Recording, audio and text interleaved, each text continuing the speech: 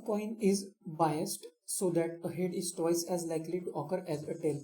If the coin is tossed 3 times, then the probability of getting 2 tails and 1 head is. तो ये coin जो वो biased है. Biased का मीनिंग ये होता है कि हेड और टेल का प्रोबेबिलिटी हाफ हाफ नहीं है.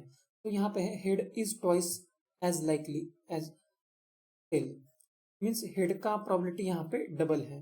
दोनों का प्रोबेबिलिटी टोटल मिलके तो 1 होना ही चाहिए, क्योंकि या तो हेड आएगा तो टेल आएगा, दोनों के अलावा और कुछ नहीं आ सकता है. तो इन दोनों का एडिशन जो है वो तो 1 होगा, और इसका प्रोबेबिलिटी जो है वो टेल का डबल है. तो इससे हमें पता चल सकता है कि हेड जो है वो 2/3 प्रोबेबिलिटी होगा और टेल का प्रोबेबिलिटी जो है वो 1/3 होगा, जिससे इन दोनों का एडिशन हो जाएगा 3/3 मीन्स 1, और हेड का प्रोबेबिलिटी जो है वो टेल का डबल होगा. तो ऐसे ये सिंपल या फिर सॉल्व करके भी समझ सकते हैं. अब हमें ये पूछा है if the coin is tossed 3 times, तो कॉइन को 3 टाइम्स टॉस किया है, then the probability of getting 2 tails and 1 head. तो 2 टेल्स 1 हेड का प्रोबेबिलिटी क्या होगा?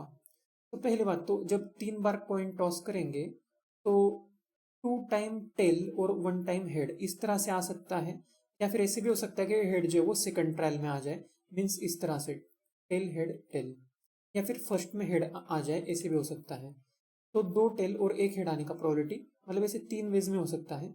तो हम इन तीनों का प्रोबेबिलिटी कैलकुलेट करके ऐड कर सकते हैं. तो इस फर्स्ट का प्रोबेबिलिटी होगा, फर्स्ट ट्रायल में टेल आने का प्रोबेबिलिटी होगा 1/3, सेकंड में भी टेल आने का होगा 1/3, फिर थर्ड में हेड आने का होगा 2/3. इसी तरह से इसका प्रोबेबिलिटी कैलकुलेट करेंगे, एक तरह से तो सेम ही प्रोबेबिलिटी आएगा, बस ये नंबर्स थोड़े आगे पीछे हो जाएंगे मल्टीप्लिकेशन में. तो ये इन तीनों का प्रोबेबिलिटी जो है वो एग्जैक्टली सेम होगा अगर कैलकुलेट करेंगे तो, और वो होगा 2/27. तो ये सारे प्रोबेबिलिटी जो है वो 2/27 होंगे. तो इन तीनों में से तो किसी भी वे में आ सकता है, तो टोटल प्रोबेबिलिटी हमारा इन तीनों का एडिशन हो जाएगा, मीन्स 2/27, तो आंसर होगा 2/9. तो ये टोटल प्रोबेबिलिटी होगा, तो ऑप्शन हो जाएगा ए.